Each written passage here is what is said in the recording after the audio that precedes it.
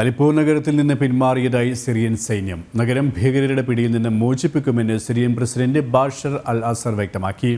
Aleppo നഗരത്തിൽ സംഘർഷം ആരംഭിച്ചതിന് പിന്നാലെ ചിലയിടങ്ങളിൽ റഷ്യൻ വ്യോമസേന ആക്രമണം നടത്തിയിരുന്നു. വിമതർക്കെതിരെയാണ് റഷ്യ ആക്രമണം നടത്തിയത്. സിറിയയിൽ നടക്കുന്ന ആഭ്യന്തര കലാപത്തിൽ 370ഓളം പേർ കൊല്ലപ്പെട്ടു. അലിപ്പോയിൽ സിറിയൻ സൈന്യം പിന്മാറി ശക്തമായി തിരിച്ചടി നൽകുമെന്ന് പ്രസിഡന്റ് ബാഷർ അൽ അസദ് അറിയിച്ചു. സൈന്യവും സമാനമായ നിലപാടിലാണ്. ഇദ്ലിബ്, ഹമ മേഖലകളിലും ആക്രമണം ശക്തമാണ്. തുർക്കി പിന്തുണയ്ക്കുന്ന ഹയത്ത് തഹരീർ അൽഷം സംഘടനയാണ് വിമത മുന്നേറ്റം നടത്തുന്നത്. സിറിയയുടെ സുരക്ഷയ്ക്ക് ഭീകരതയെ ഇല്ലാതാക്കുമെന്ന് പ്രസിഡന്റ് ആവർത്തിച്ചു. ബ്രിട്ടൻ ആസ്ഥാനമായ മനുഷ്യാവകാശ സംഘടനയാണ് മരണം സംഭവിച്ച കണക്കുകൾ പുറത്തുവിട്ടത്. ദിവസങ്ങളായി വിമത മുന്നേറ്റം സിറിയയിൽ തുടരുകയാണ്. ന്യൂസ് ഡെസ്ക് ജനം. കൂടുതൽ വിവരങ്ങളുമായി ഇന്റർനാഷണൽ ഡെസ്കിൽ നിന്നും ഐസൻ ജോസ് ചേരുകയാണ്. ഐസൻ, ഇവിടെ സൂചിപ്പിച്ചതുപോലെ തന്നെ അലിപ്പോ നഗരത്തിൽ നിന്നും സിറിയൻ സൈന്യം പിന്മാറിയിരിക്കുകയാണ്. ഇപ്പോൾ ഏറ്റവും ഒടുവിൽ നമുക്ക് അവിടെ നിന്ന് മനസ്സിലാക്കാൻ കഴിയുന്ന സാഹചര്യം എന്താണ്? പ്രത്യേകിച്ച് അവിടുത്തെ ആഭ്യന്തര പ്രശ്നങ്ങൾ, ഭീകരർക്കെതിരെയുള്ള സൈന്യത്തിൻ്റെ പോരാട്ടം, അതുമായി ബന്ധപ്പെട്ട മറ്റ് വിശദാംശങ്ങൾ കൂടി. തീർച്ചയായും ശക്തമായൊരു പോരാട്ടമാണ് അലിപ്പോ നഗരത്തിൽ നടക്കുന്നത് എന്നതാണ് യാഥാർത്ഥ്യം. ഭീകര സംഘടനയായ ഹസരത്ത് അൽഷം എന്ന് പറയുന്ന ഭീകര സംഘടന ശക്തമായൊരു ആക്രമണമാണ് ഇപ്പോൾ സിറിയയിൽ നടത്തിക്കൊണ്ടിരിക്കുന്നത് എന്നതൊരു യാഥാർത്ഥ്യം തന്നെയാണ്. നിലവിലെ സാഹചര്യത്തിൽ ആക്രമണം ശക്തി കൂടുന്നു എന്നാണ് അറിയാൻ സാധിക്കുന്നത്. അലിപ്പോ നഗരവും അതുപോലെ തന്നെ നഗരവും ഹമം എന്ന് പറയുന്ന നഗരവും എല്ലാം തന്നെ അവർ പിടിച്ചെടുത്ത് കഴിഞ്ഞു എന്നാണ് ഇപ്പോൾ അറിയാൻ സാധിക്കുന്നത്. നേരത്തെ നമുക്ക് ലഭ്യമായ റിപ്പോർട്ടുകൾ അനുസരിച്ച് സേന പിന്മാറ്റം വരെ, അതായത് അലെപ്പോ നഗരത്തിൽ നിന്നുള്ള സിറിയയുടെ സൈന്യം പിന്മാറി എന്ന് തന്നെയാണ് നമുക്ക് അറിയാൻ സാധിക്കുന്നത്. ബസദ് അൽ അസറിന്റെ നേതൃത്വത്തിലുള്ള സൈന്യം, ഭരണ സംവിധാനത്തിന്റെ സൈന്യം പൂർണ്ണമായും പിന്മാറിയെന്ന വിവരങ്ങളാണ് ഇപ്പോൾ നമുക്ക് ലഭ്യമാകുന്നത്. തീർച്ചയായും ശക്തമായ ആക്രമണം അവിടെ തുടരുന്നു എന്ന് തന്നെയാണ് അറിയാൻ സാധിക്കുന്നത്. ഇതിനിടെയാണ് റഷ്യയുടെ അതിശക്തമായ ആക്രമണം അലിപ്പോയിൽ ഉണ്ടായത്. റഷ്യൻ സർക്കാരിന്, അതായത് റഷ്യയുടെ ബസദ് അൽ അസറിന്റെ പിന്തുണ നൽകുന്ന റഷ്യൻ വ്യോമസേന ശക്തമായ ഒരു ആക്രമണം മേഖലയിൽ നടത്തിയെന്നും അറിയാൻ സാധിക്കുന്നുണ്ട്. ഇന്നലെ തന്നെ ഇത്തരം റിപ്പോർട്ടുകൾ പുറത്തു വന്നിരുന്നെങ്കിലും ഇന്നാണ് അത്തരം റിപ്പോർട്ടുകൾ സംബന്ധിച്ച സ്ഥിരീകരണം. ഇവിടെ ഈ താൽക്കാലികമായൊരു പിന്മാറ്റമാണോ സൈന്യത്തിന്റെ ഭാഗത്തിനും ഉണ്ടായത്? സിറിയൻ പ്രസിഡന്റ് സൂചിപ്പിച്ചതുപോലെ തന്നെ അതിശക്തമായൊരു തിരിച്ചടി നൽകി ഒരു പ്രത്യാക്രമണത്തിനുള്ള അല്ലെങ്കിൽ ആക്രമണം ശക്തി പ്രാപിക്കാനുള്ള ഒരു നീക്കമാണ് നടത്തിക്കൊണ്ടിരിക്കുന്നത്.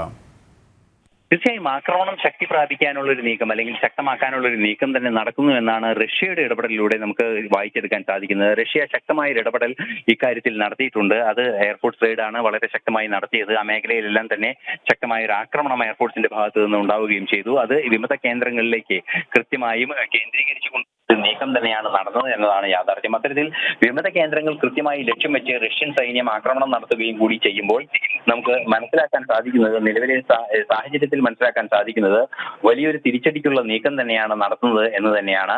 അത്തരത്തിൽ തഹ്രീർ അൽ-ഷം എന്ന സംഘടന അതിശക്തമായ ഇടപെടൽ നടത്തുന്ന മേഖലകളിലും അതുപോലെ തന്നെ ശക്തമായ സൈനിക മുന്നേറ്റങ്ങൾ നടത്തുന്ന മേഖലകളിലെല്ലാം തന്നെ ഈ റഷ്യയുടെ സംവിധാനങ്ങളുടെ ശക്തമായ ഒരു വിന്യാസം നടക്കുന്നു.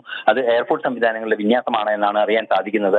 അത്തരത്തിൽ അതിശക്തമായ ഒരു ആക്രമണം നടത്തുന്ന ഒരു പശ്ചാത്തലത്തിൽ, റഷ്യയുടെ ഒരു എയർഫോഴ്സ് ആക്രമണം നടക്കുന്ന ഒരു പശ്ചാത്തലത്തിൽ തീർച്ചയായും സൈന്യം ഈ നിലവിലെ ഈ വിപ്ലവകാരികൾ അല്ലെങ്കിൽ ഈ വിമതരുടെ വിമതരുടെ സാന്നിധ്യത്തെ പൂർണ്ണമായും തകർക്കാൻ സാധിക്കുന്ന രീതിയിലുള്ള ഒരു നീക്കങ്ങൾ നടത്താൻ സാധിക്കുന്നുണ്ട്.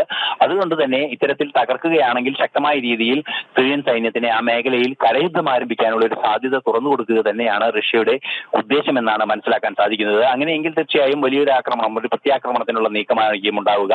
അതിന്റെ ഭാഗമായി അലിപ്പോ നഗരത്തിൽ നിന്നും സൈന്യം സുരക്ഷിതമായി മാറി എന്നാണ് ഇപ്പോൾ അന്താരാഷ്ട്ര നിരീക്ഷകരിൽ പലരും ചൂണ്ടിക്കാണിക്കുന്നത്. അങ്ങനെയാണ് സാധ്യത എങ്കിൽ തീർച്ചയായും വലിയൊരു ആക്രമണത്തിലേക്ക് തന്നെ കാര്യപ്പെടുമെന്ന് തന്നെയാണ് നിലവിലെ ഈ സൂചനകളിൽ നിന്നെല്ലാം തന്നെ വായിച്ചെടുക്കാൻ സാധിക്കുന്നത്. അത്തരത്തിൽ ആക്രമണം നടക്കുകയാണെങ്കിൽ ഈ പൂർണ്ണമായും സജ്ജമാക്കുന്നതിനുള്ള ഒരു ഒരുക്കം കൂടി നടക്കുന്നു എന്നാണ് അറിയാനും സാധിക്കുന്നത്. സിറിയയിലെ ഈ ആഭ്യന്തര കലാപം അതിരൂക്ഷമായി തുടരുന്ന ഈ സാഹചര്യത്തിൽ തുർക്കിയുടെ പിന്തുണയോടെയുള്ള ഈ ഭീകര സംഘടന, അത് IS-ന്റെ ഉൾപ്പെടെ ഭീകര സംഘടന സ്വഭാവമുള്ള അല്ലെങ്കിൽ അവർക്ക് വേരുകളുള്ള സമാനമായ സ്ലീപ്പർ സെല്ലുകളൊക്കെ പ്രവർത്തിച്ച സംവിധാനങ്ങളൊക്കെയാണ് ഇപ്പോൾ ഈ ആക്രമണത്തിന് നേതൃത്വം നൽകുന്നത് എന്നാണ് അറിയാൻ സാധിക്കുന്നത്. അതുകൊണ്ട് തന്നെ വലിയ രീതിയിലുള്ള ആക്രമണം കോപ്പുകൂട്ടി തന്നെയാണ് ഇവർ എത്തിയത് എന്നാണ് ഈ ആക്രമണങ്ങളിൽ നിന്നെല്ലാം തന്നെ മനസ്സിലാക്കാനും സാധിച്ചത്. തീർച്ചയായും 3 ദിവസം മുമ്പ് ഈ ആക്രമണം ആരംഭിക്കുമ്പോൾ അതിശക്തമായ രീതിയിൽ മുന്നേറാനുള്ള ഒരു സംവിധാനം വിമതരുടെ കൈവശം ഉണ്ടായിരുന്നു എന്നത് തന്നെയാണ് ഏറെ പ്രാധാന്യത്തോടെ വീക്ഷിക്കേണ്ട ഒരു വിഷയം. അത്തരത്തിൽ അതിശക്തമായ ഒരു നീക്കം നടത്തി